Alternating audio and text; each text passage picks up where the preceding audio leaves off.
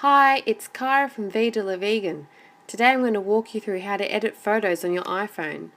I'll talk you through some screenshots on my phone, so hopefully this isn't all too confusing. Okay, so first up, you're going to take a photo using the camera app. Actually, I'll probably take about 20 photos, not just one. I like to use the grid to guide the composition of the shot.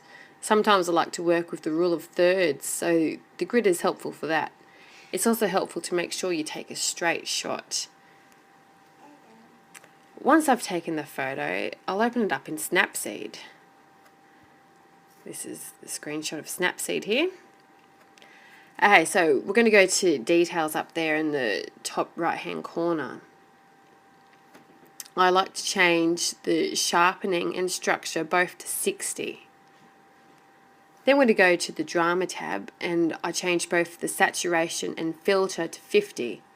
This doesn't work well for every photo, so play around if it doesn't look good. Next we're going to crop. You don't have to crop if you don't want to, but if I'm putting it on Instagram, I'll crop it to a square. The next thing I do is I use the vignette filter to further darken the background, but that's just because I use a dark background. If you're using a light backdrop, I probably wouldn't recommend you use vignette, but again, just play around with it and do whatever looks best for you. Okay, so at this stage I'm done with Snapseed for this photo, so I'm going to export it so it saves the new image without overwriting the original file. But before we go out of Snapseed, I'm just going to tell you some other things I sometimes do. Sometimes I go to the rotate tab to straighten the image. I also sometimes go to tune image to adjust the warmth or brightness. Apart from that, that's really all I do in Snapseed. Next we're going to open up Big Lens. This cost a few dollars from the App Store, but it just really made a huge difference to my photo, so I really recommend Big Lens.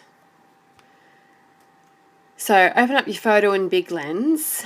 You press on Advanced down the bottom there. I then use the lasso function to highlight the area that I want to keep in focus. Then click the auto function, which neatens the edges. You can also use the brush and eraser to manually adjust. So there we go, I've pressed the auto function there.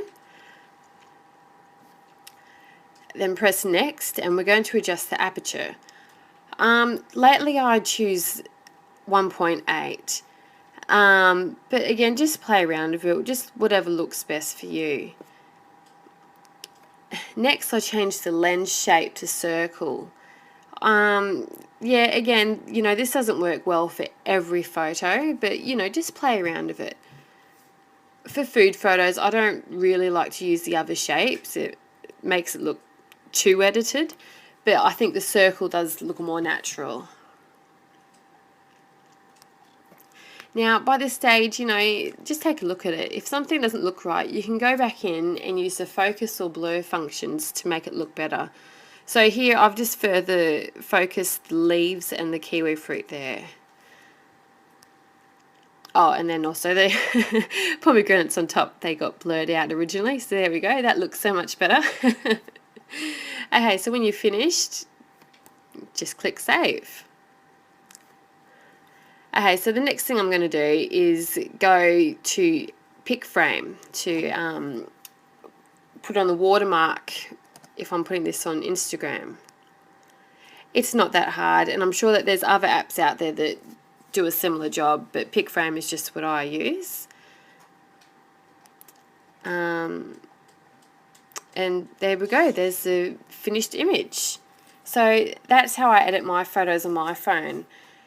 If you'd like to know some more tips about taking amazing photos on your iPhone, please check out my blog post and don't forget to leave me a comment if you have any questions. Bye!